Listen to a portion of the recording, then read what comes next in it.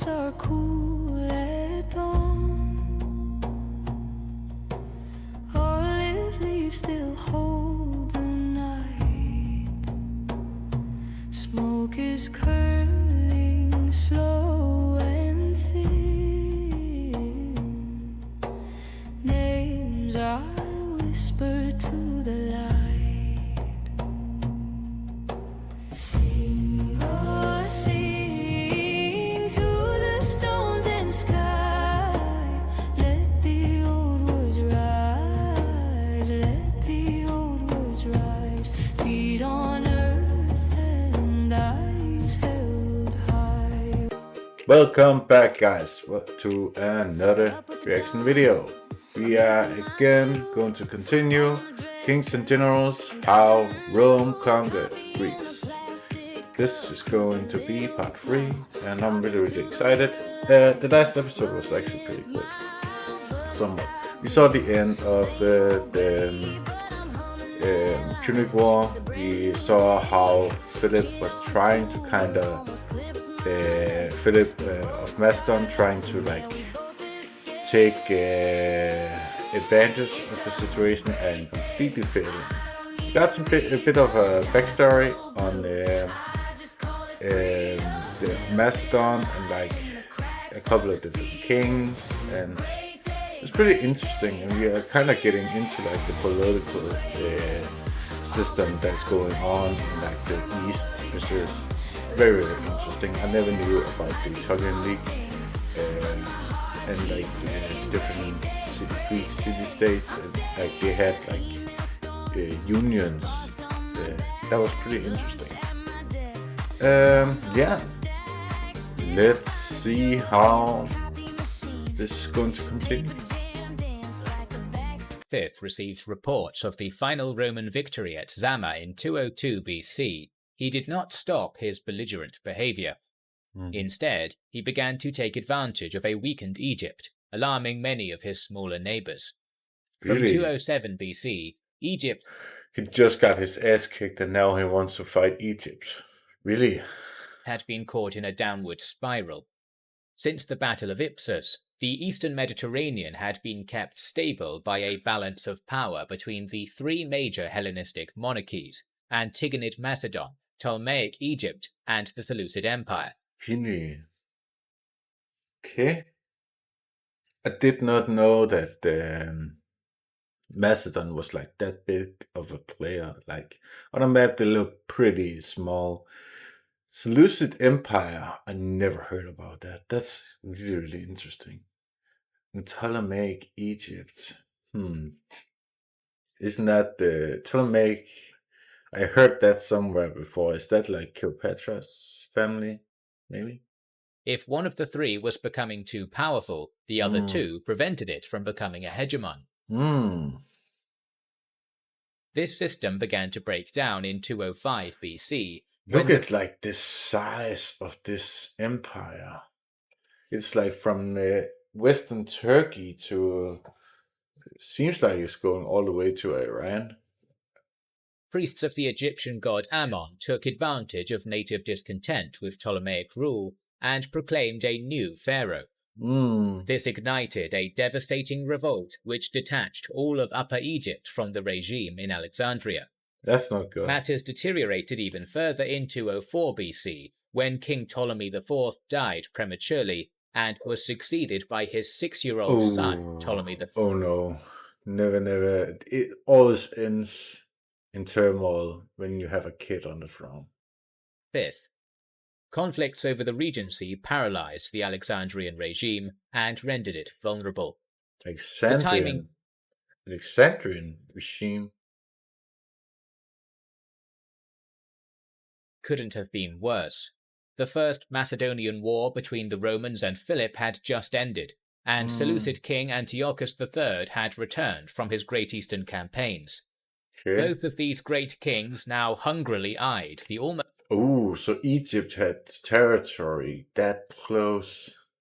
Okay. I guess that does make a bit more sense because it's in this area, I was thinking he wanted to start taking territories down in like North Africa. This is like that's not a good idea. Like you can't protect those territories. Most defenseless overseas Ptolemaic possessions, and Antiochus launched the Fifth Syrian War in 202 BC Ooh, in order to seize traditionally disputed territories in Cyprus those and those spears are like insane.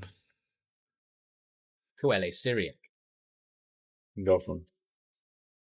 The predatory Philip V swiftly gained several of the Cyclades islands and established good relations with the many Greek cities on the western coast of Asia Minor. However, Smart. he quickly earned the ire of both Rhodes and Pergamon, who Rhodes. declared war on him in 201 BC. Ooh. Soon after, Philip defeated a joint Rhodian-Pergamene relief attempt at the siege of Chios with heavy losses, and then attacked Pergamon itself. Though Philip decisively defeated the land army of his enemy outside the walls, he nevertheless failed to take the city. That's such, but yeah, it's pretty interesting. So I didn't know that Rhodes had his own kingdom at this point. Well, it's been a pretty stubborn place. Realizing that attempts to do so would only drain his forces, Philip instead annexed most of Caria and the Rhodian Perea directly into what was becoming a new Macedonian empire. In the autumn, Philip's fleet was attacked at Lada by the Rhodian navy, but managed to win anyway. Okay. During the winter of 201, a Rhodian fleet blockaded Philip in the Gulf of The Rhodians are just not giving up at all. Jesus. Give it up already. Bargilia on the Carian coast, where the king apparently struggled to feed himself and his army. They knew that the king would break out at some point, and also knew that they were losing the war against Macedon, so they decided to find help. Ambassadors of Pergamon. Are we getting the Romans in on this? Would the Romans really give a damn about a war that far away? Like, really? Like, this is like not that long after the Second Punic War. Like, Rhodes and Egypt travelled to Rome, informing the Senate of a secret pact that Philip had signed with Antiochus III, which would divide the Ptolemaic possessions between them. It was these smaller, weaker Hellenistic states which opened the gates for Roman intervention into the Greek world, as they saw the main threat to their independence. I wonder if it's a lie or if there's like some truth to it. It does sound like a pretty good plan, though. As coming from Antiochus and Philip, and not from Rome. As predicted, Philip managed to trick his enemies into letting him escape during spring of 200 BC, eventually returning to Macedon. The northern Aegean campaign continued on land upon his return, and the king swept through the region until he reached Abydos, which he put under siege.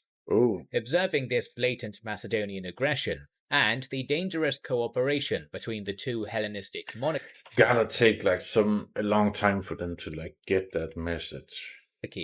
The Roman Senate asked the people to vote for war. However, the People's Assembly rejected this demand for yet another war due to war weariness and the fact that southern Italy had been devastated in the Second Punic War. True, like Rome is kinda in chaos. Like Rome won the Second Punic War, but damn, there was not a lot left of the southern part after Hannibal was done with them.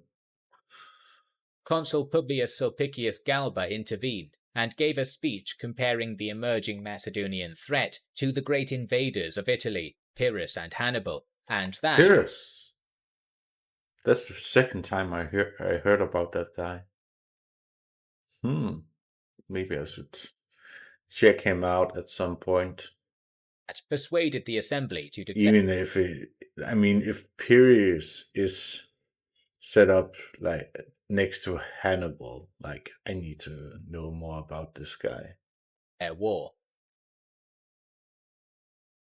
While the Roman military prepared its lines of supply across the Adriatic, and Philip continued his siege at Abydos, 3 prominent senatorial emissaries went on a great diplomatic mission in the east. Their Okay. message was clear. If Philip refrained from making war on the Greeks and compensated Pergamon for their losses, there would be peace. Hmm. The Macedonian king Okay. If I was Philip, would I have said agreed to that those terms? Absolutely not. Okay. Rome cannot have been replenished that many soldiers. It would have been pretty bad for Rome if they lost this war and then you can just spread out and take over the entire area to the west. Like, the only thing that's holding them back is Rome. So, don't think I would take that, honestly. I would told them to shove it up. You know what I mean? brashly rebuffed the Roman envoys and committed to war. Yeah. Does The make Second sense. Macedonian War had begun, and it started with the fall of Abydos, whose citizens committed mass suicide due to their reluctance to live under Philip's rule. In late November of 200 BC, Really? the king returned to Macedonia and Damn. That's like quite an overreaction, I gotta say. Wow. Mass suicide. learned that 20,000 Romans had already landed in Apollonia under Galba, while 50 20,000. warships were docked on the You can really see like the difference in like Roman tactics now, because like 20,000 is like nothing compared to like the Second Punic War, of how many men they were just thrown into a meat grinder. Now they're going to invade Macedon with 20,000 men.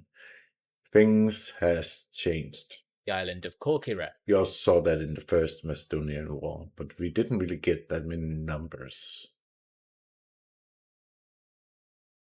Deciding to focus Or details. initially on the peripheral threats, Philip campaigned into the Peloponnese.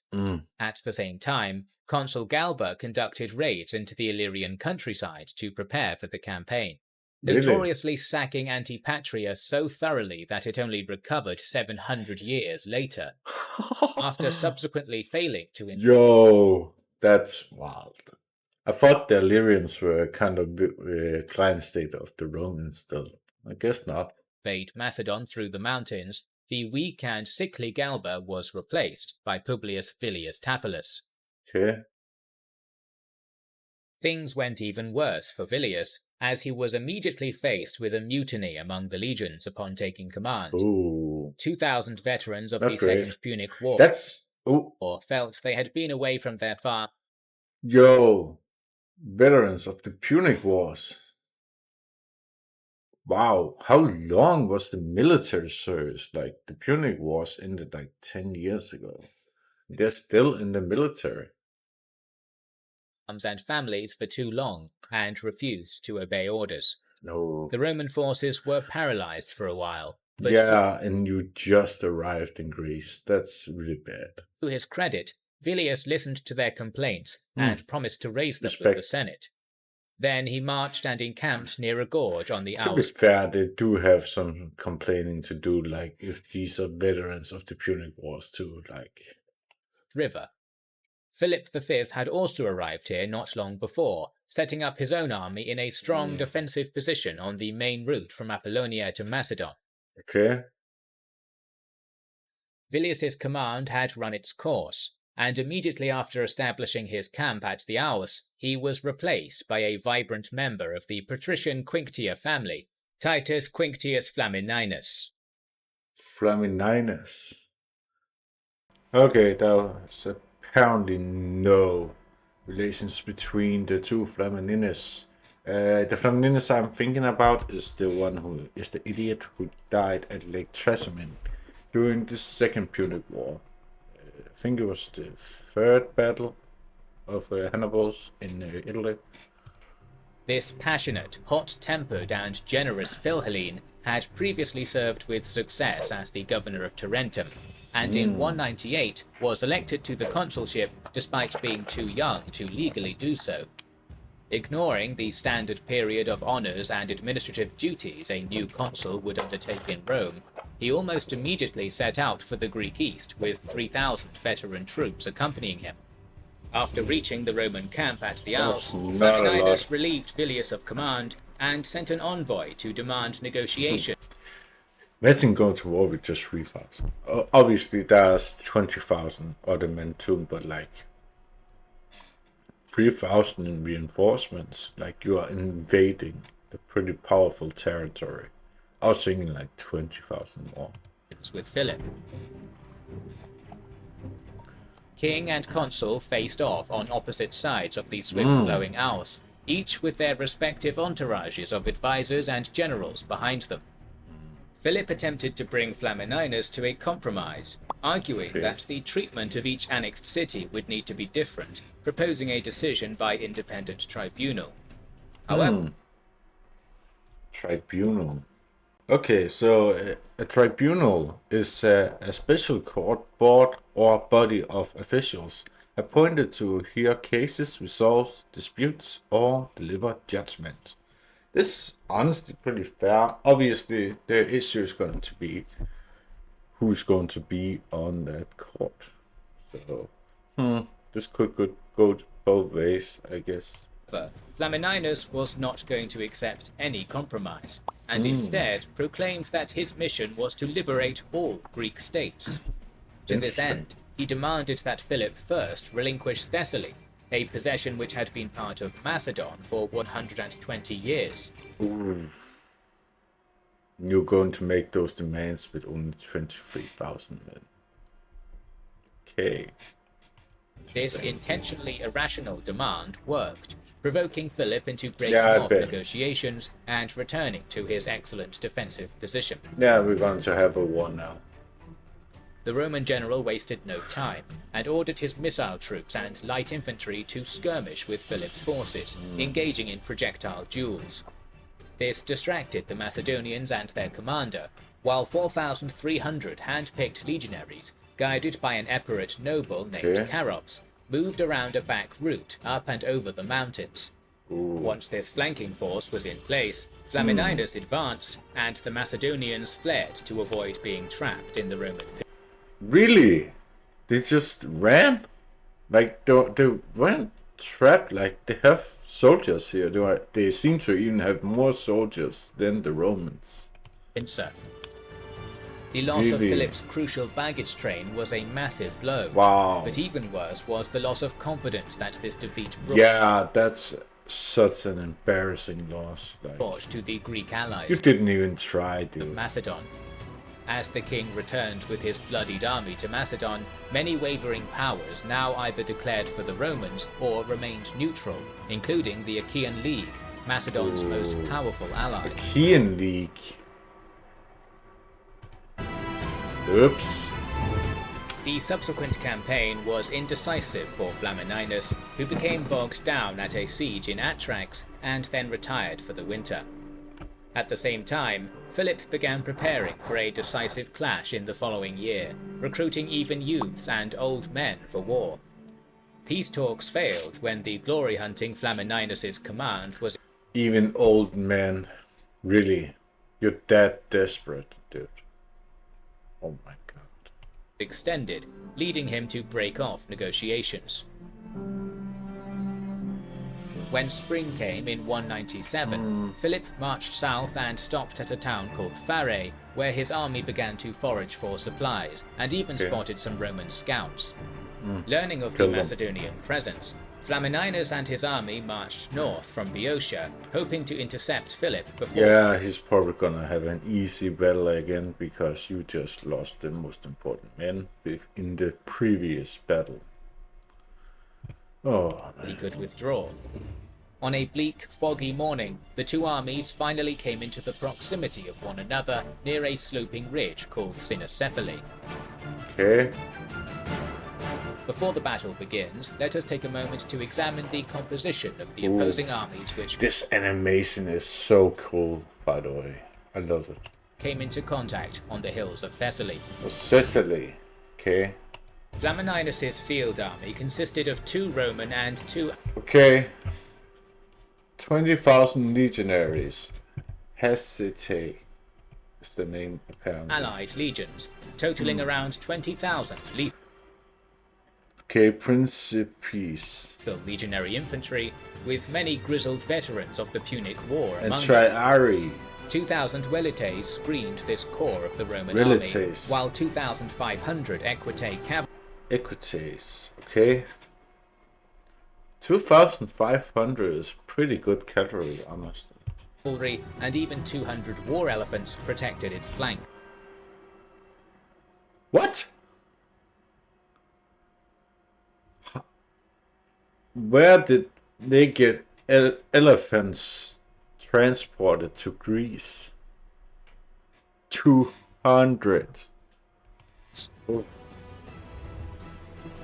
Along with these Italian forces, the Roman army also included a substantial contingent of Greek allies. 1,200 Okay. Greek infantry. light infantry joined the army from Epirus, 800 archers from Crete, and 6,000 infantry, as well as 400 cavalry from the Aetolian League. Oh. All in all, Flamininus had Damn, 32,000. Okay, we are hitting some pretty big numbers now. around 32,000 troops. Let's see. Let's see how little the Macedonians have. On the other side of the ridge, Philip's corps of 16,000 sarissa-wielding phalanges Such weird names for these units. So this is phalanx. 16,000. were accompanied by 2,000 elite Agama peltasts, 4,000 Illyrian and Thracian mercenaries, 1,500 Greek hoplite mercenaries, and 2,000 Thessalian and Macedonian cavalry. You are so screwed. Like, you're so outnumbered. And we saw in like the Punic War how important the cavalry was. Each commander knew that their counterpart was close, but their reduced vision in the fog caused disorientation in the two armies. Philip set off marching in the morning, sending a group of fast-moving skirmishers to the ridge's summit in order to get a better view. As they reached the top, 10 Roman cavalry squadrons and 1,000 velites emerged from the murk and attacked. Okay, so the scouts end up fighting first. Both scouting contingents suffered some casualties, but both also managed to get word to their commanders of what was happening on the Cenocephali Ridge. I wonder, wouldn't the Macedonians with the spears be stronger in this kind of environment? Because like, if this is like in like some mountainous area, it kind of looks like there's a lot of stuff here. It wouldn't be easy for the Romans to maneuver and use like the elephants and stuff.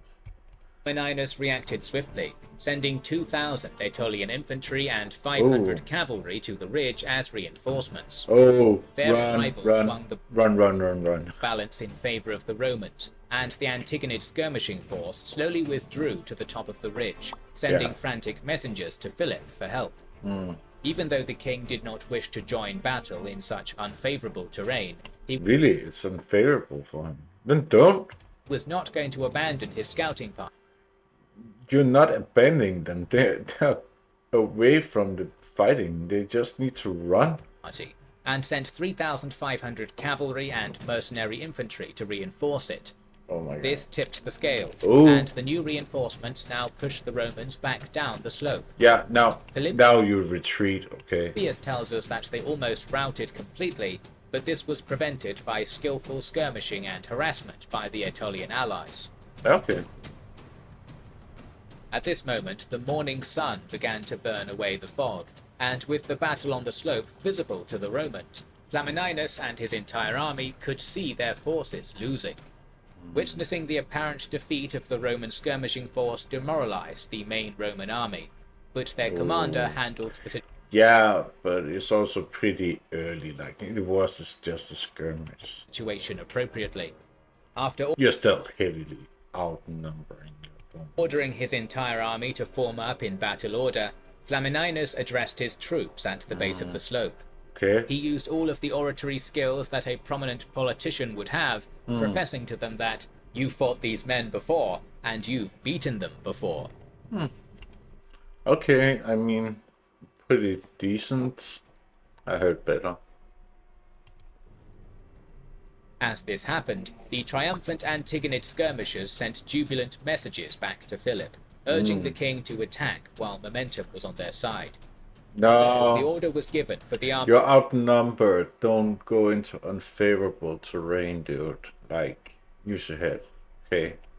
to deploy in battle order. Due to the unprepared nature of the encounter battle, half of Philip's troops were still foraging, and he could only form up half of his forces, Really? ordering his general Nicanor to follow up when the others had returned. Having formed the right side of his line, the king marched at the head of his phalanx up the slope, hoping to rush and rout the Romans with the weight of his phalanx, which was screened by the Agama peltasts and flanked on the right wing by cavalry. I have a bad feeling. On the other side of the ridge, Flamininus advanced only with the left side of his line to reinforce the battle which was still going on between the two scouting parties. The heavy infantry's presence in the fight now caused the Macedonians to retreat back up the slope. Many were killed, while others fled back towards their king. This is such a bad decision, dude. Like, you need to get yourself some more self-control. Like, really. Two half armies were now still obscured sound and sight. It was because of this that the Roman left may not have seen Philip's 8,000 strong contingent cresting the hill in front of them as they I can wonder how good those spears are against the Romans. Have they upgraded their armor at this point? climbed. But now both armies came into view of one another. The phalangists quickly organized into a double-depth formation, lowered their sarissas, and charged down the slope at the unprepared Romans. Ooh. The remnants of Flamininus. Okay, so like the Macedonians at least is fighting downhill, and the Romans are fighting uphill. There's some advantage. However, I think Macedon is pretty lucky right now that Flamininus has only deployed half his forces. He could easily encircle Philip right now. Scouting force barely managed to form up before the phalangists hit them. And those spears don't look to be that great at new formations suddenly changes. Metal pikeheads clashed against the heavy Roman shields, Get but them. the crushing momentum of the downhill charge and double-depth phalanx quickly began to force the legionaries back. The Antigonid and Roman cavalry clashed on the wing, and the light infantry skirmished with one another, but the main clash was in the center. Though the Roman left fought bravely and stubbornly did not rout under the pressure, it was slowly but surely being chewed up Formation, reinforcements. by the bristling Let's pikemen. go. The encounter battle had started Let's well go. for Come Philip, on, and it hurry seemed like up. it was only going to get better when Nicanor's large Yeah. contingent began to crest the ridge on the king's left flank in Yeah. a rushed marching formation. Let's go. Let's go. Let's go. You're winning. You're winning. You're winning. Despite his best attempts at rallying the beleaguered troops on the left from behind the line, Flamininus was being pushed back ever Don't push them too far. You need to regroup. You need to regroup. closer to the Roman camp. Realizing his left would soon collapse under the weight of the phalanx, the Philhellene commander wheeled his horse and galloped over to the unengaged Roman right, which was He just abandoned his soldiers. now screened by the war elephants. Upon arriving, Flamininus ordered his forces on this side of the battlefield to charge at the disorganized men under Nicanor's command, No. most of whom were either arriving or still had not formed up. Phalangists, the core of Philip's army, were almost useless when not deployed rigidly, and the Romans now crushed them. Many Macedonian soldiers were killed outright, It's but over. many more ran away and were chased. Yeah, it's over. Wow. I did not know they were that useless when they were not in formation. Wow. Philip, you're an idiot. by the legionaries. It appeared as though the battle was in balance, Philip had triumphed on the Roman left, It's not. The battle is over. Flamininus had crushed Nicanor. However, an unnamed Roman tribune, who must have possessed immense respect among the troops, now managed to halt 20 maniples. They're gonna attack from behind now, aren't they? Or around 2,500 It's about of the to be a troops slaughter. on the right wing, probably mostly made up of veteran triarii. Realizing that things were not going well on the Roman left wing, the unnamed military tribune marched his contingent of disciplined troops across the ridge and then struck the victorious phalanx of Philip from the rear. At the same I wonder why he's unnamed. That's curious. A guy who would be that important in a big battle like this, being unnamed is pretty suspicious. time, the inspired and angry legionaries who had suffered for hours under the Macedonian attack renewed Yeah, they're probably pissed. their assault. This intuitive maneuver caused the inflexible phalanx to fragment, and many of its phalangists were killed. Philip Can you rode take up and down Philip? the line in a vain attempt to rally his soldiers, but quickly realized it was hopeless and galloped off the battlefield. Yeah, the fighting is over. As the Romans were busy butchering the remaining enemy troops, a particularly terrible slaughter occurred. A group of Macedonian phalangists performed the traditional gesture of surrender, Yeah, that's not gonna happen. These guys are pissed. raising their pikes directly to the sky. However, the furious legionaries charged in and killed them all anyway. The battle was over, and the legion had triumphed over Alexander's phalanx. Alexander's phalanx. Okay. Curious. The Romans only lost around 700 dead, mostly on their left, which had bravely stood their ground under the attack. Antigonid casualties were catastrophic, with 8,000 dead and another 5,000 captured. Wow. Humiliating peace terms were imposed on Philip at the subsequent conference at Tempe. He had to evacuate all Treaty of Tempe. Okay. of Greece, including It's interesting that even after all the issues Philip has done, he's still alive. Like, the Romans hadn't executed him or anything. That's pretty weird, honestly. Thessaly, and give up conquests he had gained in Asia Minor and Thrace. A large war indemnity was demanded, his navy was destroyed, and his son Demetrius was sent to Rome as a hostage. Finally, and most chafing, proud Philip would become a client king of Rome, essentially a puppet. This war broke any viable attempts at Macedonian revival, but it would not stop them trying. After the peace conference at Tempe had been finalized, Titus Quinctius Flamininus decided to prove decisively that it was Rome who would be the true savior of Greece. Ooh, damn. Throwing some shade at Macedon. I wonder what is gonna happen with Macedon and the rest. Like, Philip has no men left at all. Like, it's over. He has no power. He has no wealth. Just a client now. Should have used your head. During the Isthmian Games of spring 196, Flamininus declared that Rome would leave the Greeks free, untaxed, and autonomous after over a century of Macedonian rule. That was actually pretty nice of them. That's smart. Like, being friends with them like that. He was mobbed at the festivities and showered with honors from the grateful city-states. The Roman Senate decreed 5 days of thanksgiving for the victory at Cynocephaly. Wow. 5 days. Damn. They knew how to party. Also at the games, Flamininus was met by a party of envoys who had come at the behest of the Seleucid king Antiochus III. They came in order to congratulate the consul on his victory and to assure the Romans of their liege's peaceful intentions.